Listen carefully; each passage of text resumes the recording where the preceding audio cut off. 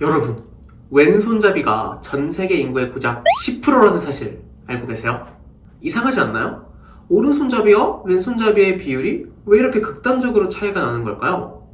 혹시 여러분들은 이렇게 생각하고 계신 거 아니에요? 그냥 유전적으로 그런 거겠지. 자연스러운 현상이야. 천만에요. 절대 그렇지 않습니다. 안녕하세요. 권 대표입니다. 저는 오늘 여러분들에게 소름이 돋을만한 진실을 말씀드리려고 합니다. 왼손잡이들이 소수가 된 이유는 자연스러운 현상이 아니라 인간의 잔혹한 억압 때문이었다는 사실을 말이죠. 그런데 더욱 놀라운 것은 무엇인지 아십니까? 바로 그 억압받던 왼손들이 인류 역사상 가장 위대한 예술 작품들을 탄생시켰다는 사실이죠. 여러분들이 알고 있는 그 유명한 화가들, 레오나르도 다빈치, 미켈란젤로, 피카소, 이들에게는 하나의 공통점이 있습니다. 그들이 바로 왼손잡이였다는 사실이죠. 하지만 그 이야기를 하기 전에 우선 왼손잡이들이 겪는 일상부터 들여다봅시다. 자, 저도 왼손잡이에요, 여러분. 일단 그림 시간이 제일 지옥이에요. 왼손으로 그림을 그리면 손이 그림 위를 막 지나가면서 물감을 다 묻혀버립니다. 연필로 그려도 마찬가지예요. 연필 가루가 손바닥에 새카맣게 묻죠. 그리고 글씨를 한번 써봅시다. 왼손으로 글씨를 쓰는 순간 방금 쓴 글자를 손으로 막 문질러 버려요. 그래서 손목을 기괴하게 꺾거나 종이를 비스듬하게 돌려놓고 이렇게 쓰죠. 근데 말입니다. 이런 불편함은 그냥 시작에 불과해요. 역사를 우리가 이렇게 쭉 들여다보면 왼손잡이들이 당한 일들은 상상을 초월합니다. 중세시대 왼손잡이는 마녀로 낙인 찍혔습니다. 왼손잡이는 악마와 계약을 맺은 자라고 진짜로 믿었대요. 더 충격적인 건 언어에도 이런 편견이 박혀있다는 거예요. 라틴어로 왼쪽을 뜻하는 시니스터라는 단어가 있는데 이게 동시에 사악하다, 불길하다 라는 뜻이기도 해요. 반대로 오른쪽을 뜻하는 덱스터는 능숙하다, 올바르다 이런 뜻이에요. 이렇게 언어 자체가 왼손을 저주했던 겁니다. 우리나라 언어에도 왼손잡이, 오른손잡이가 있잖아요. 옛날에는 이 오른손잡이를 바른손잡이라고 했어요. 올바른 손이라는 뜻이죠. 근데 반대로 왼손은 그렇지 못했던 손이라는 뜻이 있습니다. 그리고 이건 정말 최근까지도 이어졌어요. 1960년대만 하더라도 학교에서 왼손잡이 아이들의 왼손을 책상에 묶고 강제로 오른손으로 쓰게 했습니다. 왼손 쓰는 건 나쁜 버릇이다 라면서 말이죠. 우리나라는 어땠을까요? 왼손으로 밥 먹으면 벼락 맞는다 라는 말을 한 번쯤 들어보셨을 것 같습니다.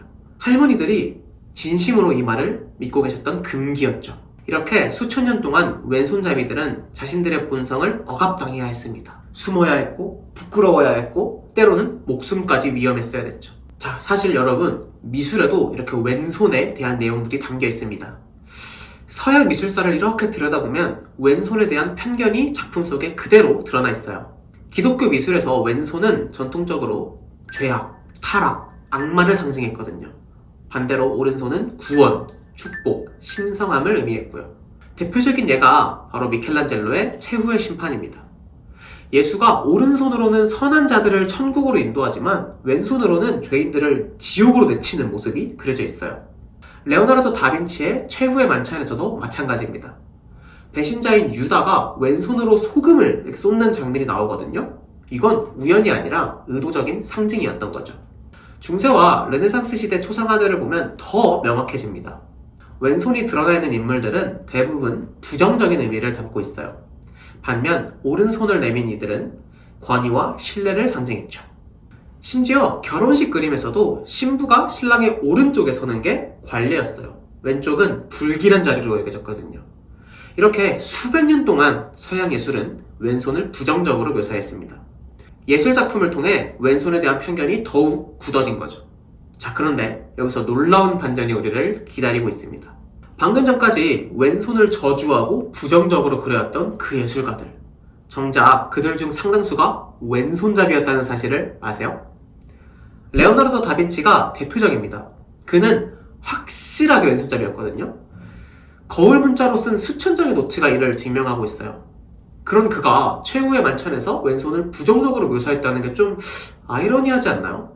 그리고 미켈란젤로도 왼손잡이였을 가능성이 높다고 여겨집니다.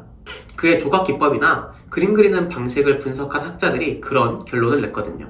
그리고 여러분들이 가장 잘 아는 화가 누구죠? 피카소. 피카소 역시 양손잡이 성향이 강했지만 왼손을 더 많이 사용했다는 기록이 있어요. 아이러니하지 않나요? 작품 속에서는 왼손을 저주하고 부정적으로 그렸지만 정작 그 작품을 만들어낸 손은 왼손이었다는 겁니다. 그럼 이게 어떤 걸 의미할까요? 아마도 이 화가들은 사회의 편견에 맞추어 왼손을 부정적으로 그렸지만 마음속으로는 얼마나 억울했을까요? 자신의 정체성을 숨기고 살아야 했던 그들의 심정은 어땠을까요? 그런데 결과적으로 보면 어떻나요? 그 억압받던 왼손이 인류 최고의 예술 작품들을 만들어냈습니다. 모나리자의 신비로운 미소도, 시스티나 성당의 웅장한 천장화도, 다비드상의 완벽한 비례도 모두 왼손에서 탄생한 거예요.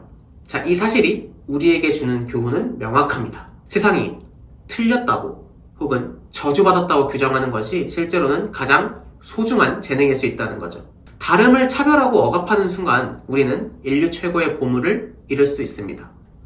왼손잡이 화가들의 역사가 이를 생생하게 보여주고 있지 않나요? 자, 지금도 예술계에는 수많은 왼손잡이 아티스트들이 활약하고 있습니다. 이제는 차별받던 왼손이 오히려 개성이자 장점으로 인정받고 있어요. 자, 여러분, 오늘 제가 전한 이야기의 핵심이 무엇일까요?